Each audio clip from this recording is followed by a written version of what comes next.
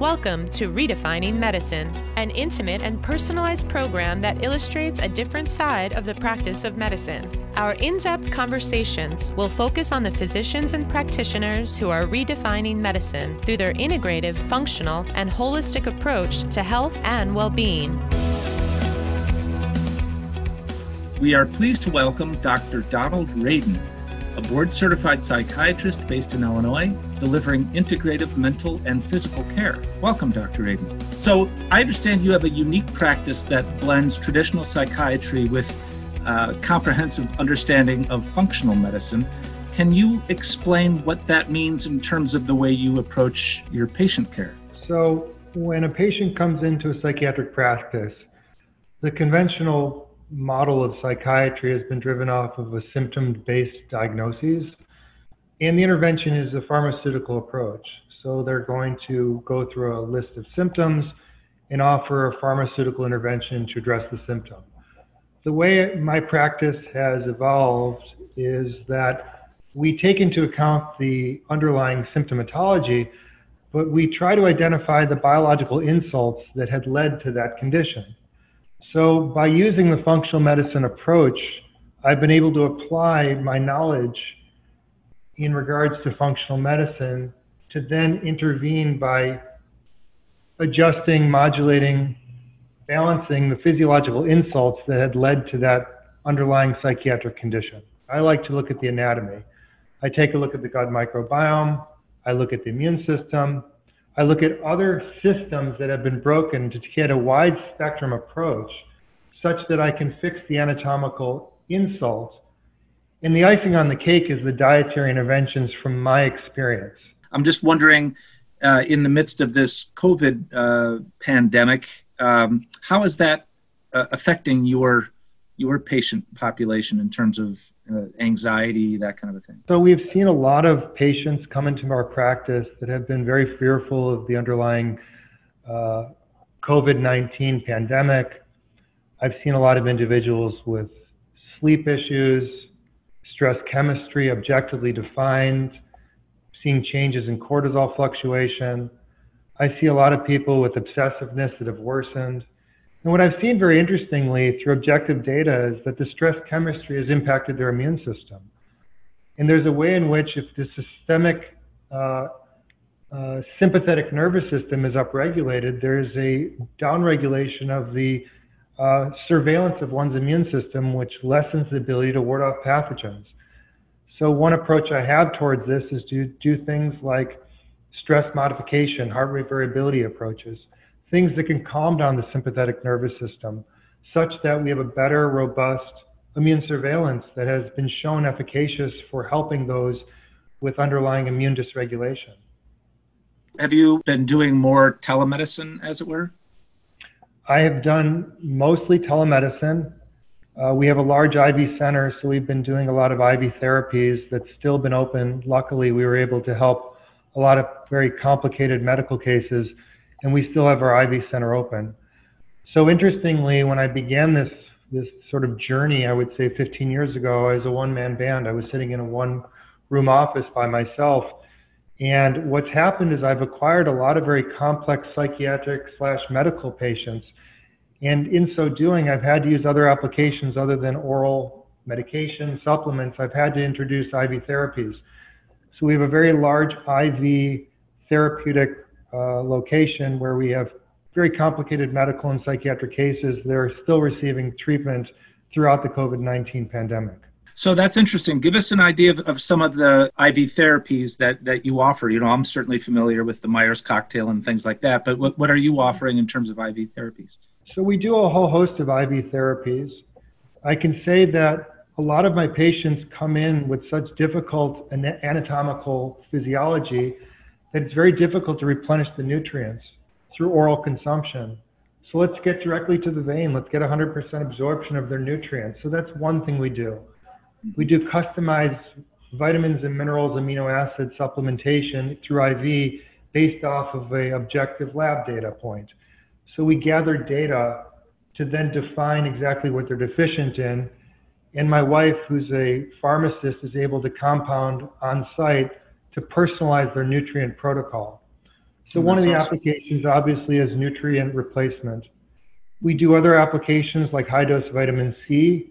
We use that for viral infections. We use that for supporting pathogenic burden. We have other applications such as ozone therapy we offer for our patients that are looking to support their immune system and to have an anti-inflammatory effect.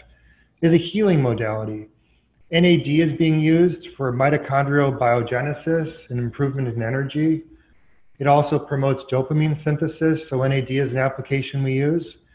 And we've also come across a fantastic approach with ketamine therapy. Ketamine therapy is a wonderful application that I've been able to use in my chronic treatment-resistant psychiatric cases pertaining to depression. I've also used it with my anxiety cases, and it's very, very helpful for pain syndromes. So ketamine has been a very important application we use in our practice to help people with the initial phase of treatment. Recently, I had a patient who was suffering from significant PTSD. Pharmaceutical interventions didn't provide relief. She had 2 courses of ketamine, and the next day I received an email saying, "You saved my life." Well, I didn't save her life. She was willing to take the risk and try something that was very beneficial for her. So we try our best to really, number one, have objective data to define exactly what the IV interventions would be. And number 2 is we like to have very close monitoring of our patients. And luckily, with the COVID-19 pandemic, we've been able to stay open to allow for those patients that need support. Where did you get your schooling, as it were, on integrative functional medicine? Was that through the A4M? You know, I went to the University of Colorado for my residency and fellowship in general psychiatry. My story is a bit unique. If you're interested in the story, I can tell you sort of how I got to where I am. So I was graduating from the University of Colorado, and I was a conventional psychiatrist. I was board certified in general psychiatry. I did a fellowship in child and adolescent psychiatry at Denver Children's.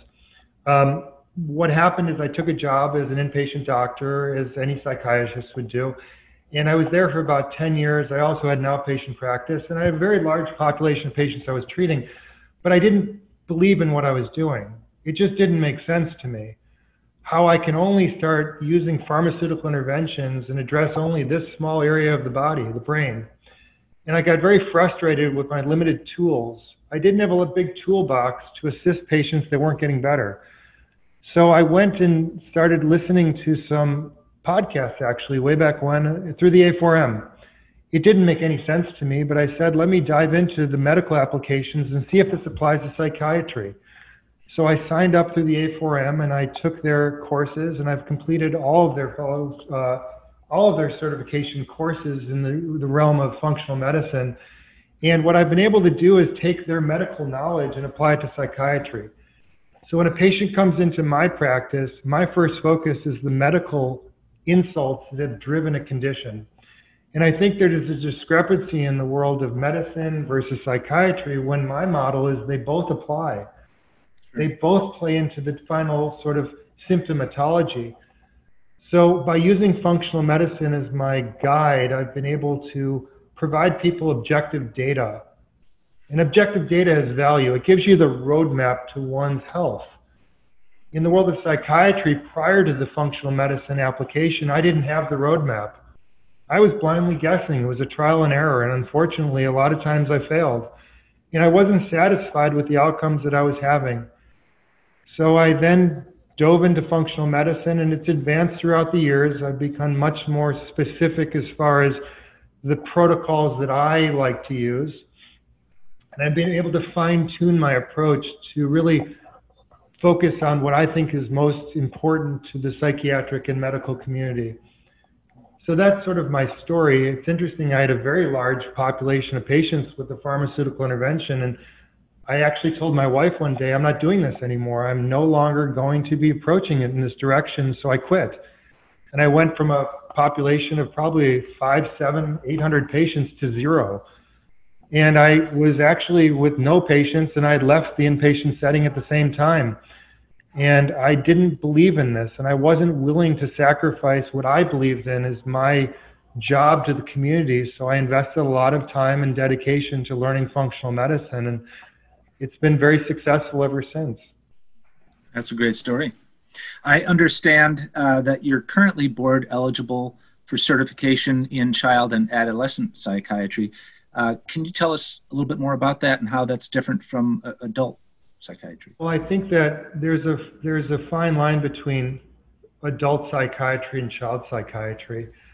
I think that the medications that are offered to children are very different as far as dosing. I think you have to look at a lot more detail when it comes to the choice of agent you're using for a child, knowing its developing body. I think that there's a lot of, there's a difference. And I think that the child psychiatric treatment approach is different from the adult because of the growing body and the different sort of physiology. However, it's unfortunate to say, Phil, is that most of the patients that I see are children, and they're the most difficult medical cases I've seen before. And I'm not sure why that is, but their physiology is much more damaged than many of the adult patients that I see. So I've had a cohort of patients come into my office that have an acute onset of anxiety, OCD, psychoses. A lot of children fall under that category. They've seen 6 or 7, 8, 7, 10 psychiatrists on 4 or 5 psychiatric medications. And through objective data, we've been able to look at this in a very different lens and find that there's an autoimmune issue going on that's affecting the brain chemistry. So unfortunately, the child population that I see have much more difficult biological systems. And it's very interesting to observe with the objective data I've gathered. Do you think a lot of that is brought on by environmental issues, toxins and things like that, mold? I don't know exactly what the underlying, I think it's a combination of things. I think number one, children are asked to do a lot more than they used to do at a very young age. So I think that their level of anxiety is much heightened compared to the times when I grew up. I think that the environment is much more toxic today in regards to the soil, the earth, the air in which we breathe in. The quality of foods that are being eaten have an impact on the gut microbiome. I think in general, if you look at sort of the changes of the world around us, that may be impacting the outcome of the medical conditions that I'm seeing.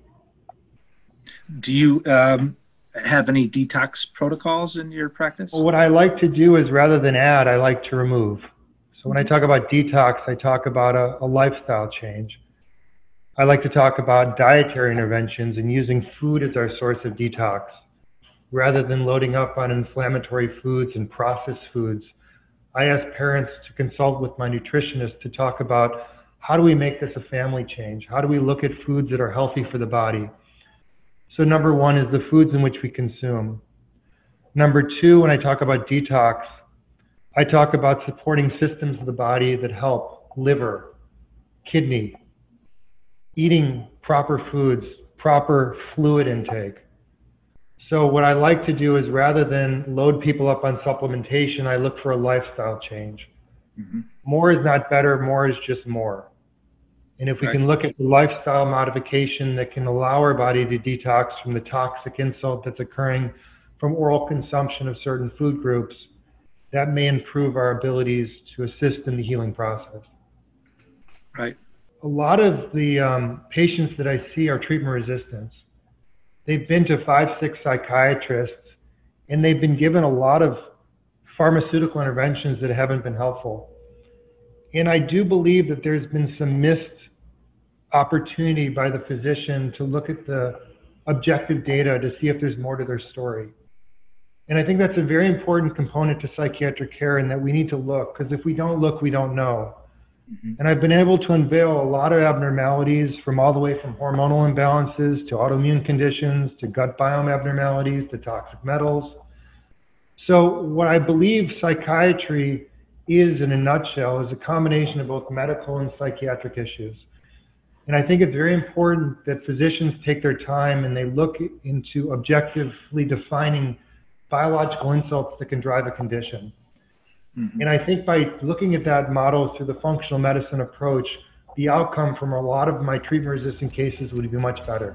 Well, I definitely appreciate you taking the time to join us today for our Zoomcast. And thank you for sharing your insights and expertise with us. Well, thank you very much for your time. It was a pleasure.